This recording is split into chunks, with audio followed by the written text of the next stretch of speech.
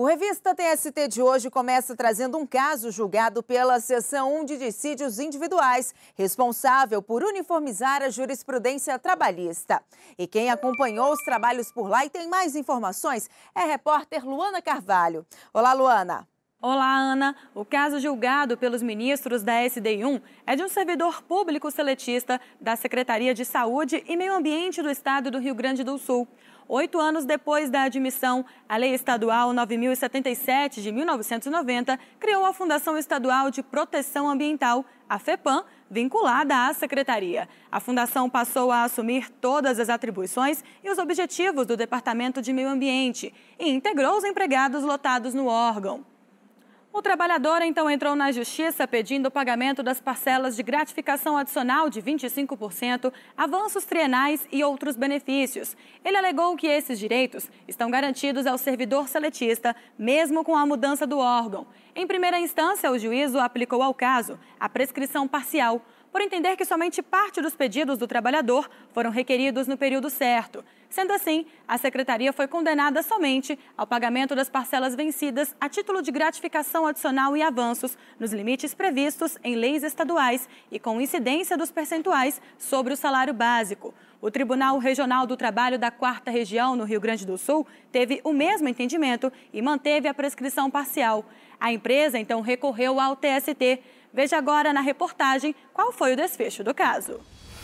Por unanimidade, a 5ª turma do TST aceitou o recurso da Fundação Estadual de Proteção Ambiental e aplicou a prescrição total ao caso. Ou seja, para a turma, o empregado perdeu o direito de cobrar o recebimento das gratificações por ter ultrapassado o limite de tempo para ajuizar a ação.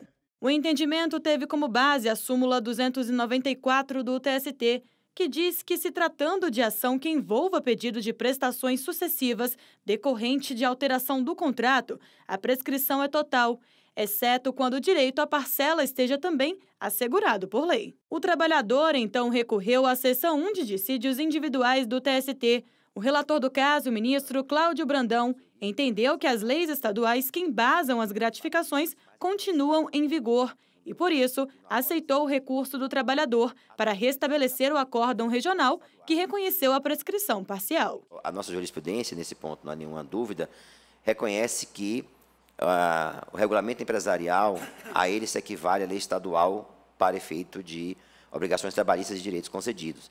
E, no caso específico, a própria lei estadual 9.077 de 90, ao assegurar a possibilidade de opção dos empregados pela Fundação, pelo regime da Fundação, estabeleceu claramente que a opção não suprimiria aos empregados seletistas, aspas, os direitos e vantagens decorrentes desses regimes e da Constituição.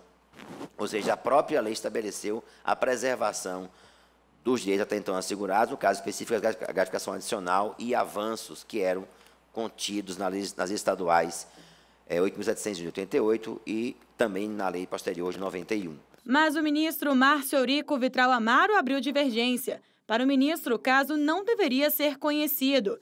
Isso porque, nos termos da jurisprudência do TST, as leis estaduais que instituem vantagens trabalhistas se equiparam às normas regulamentares de empresas, razão pela qual não se enquadram na exceção contida na súmula 294 do TST.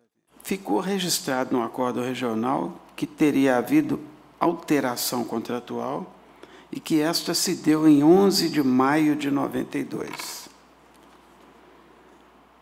De modo que, abre aspas, verificado que o ajuizamento da ação ocorreu em 31 de 7 de 2013, alteração 92, ajuizamento da reclamação 2013, deve ser reconhecida a ocorrência da prescrição total, a 5ª turma disse.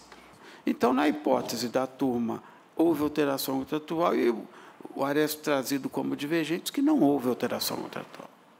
Por isso que eu não conheço. O ministro Renato de Lacerda Paiva acompanhou o relator e argumentou que o recurso deve ser conhecido em razão da má aplicação da súmula 294 do TST pela 5ª turma da Corte Superior. E, a meu juízo, o acordo regional é claro no sentido de consignar de que se tratou de uma sucessão de empresas e de que se assegurou a o respeito aos direitos dos empregados já obtidos no regime na empresa anterior. O ministro José Roberto Freire Pimenta teve o mesmo entendimento. Para o ministro, neste caso, os fatos se tratam de descumprimento reiterado de lei estadual ainda em vigor. O ministro citou ainda a súmula 452 do TST, que diz: se tratando de pedido de pagamento de diferenças salariais decorrentes da inobservância dos critérios de promoção estabelecidos em plano de cargos e salários criado pela empresa, a prescrição aplicável é parcial. E isso atrai o entendimento de que quando a norma regulamentar continua em vigor e está sendo simplesmente descumprida, nossa súmula 452 e outros entendimentos nessa linha, não se trata de prescrição total e sim de prescrição parcial. Eu também estou reformulando o entendimento que adotei naquele precedente anterior para, assim como o ministro Cláudio, entender que nesses casos se trata de aplicação de prescrição parcial. Apesar de abrir divergência com relação ao conhecimento, o ministro Márcio Eurico Vitral Amaro acompanhou o voto do relator no mérito. Os ministros da Seção 1 de Dissídios Individuais, então, restabeleceram um acórdão regional que reconheceu a incidência da prescrição parcial e determinaram o retorno do processo para a 5ª turma do TST, para que o restante dos pedidos do empregado seja apreciado.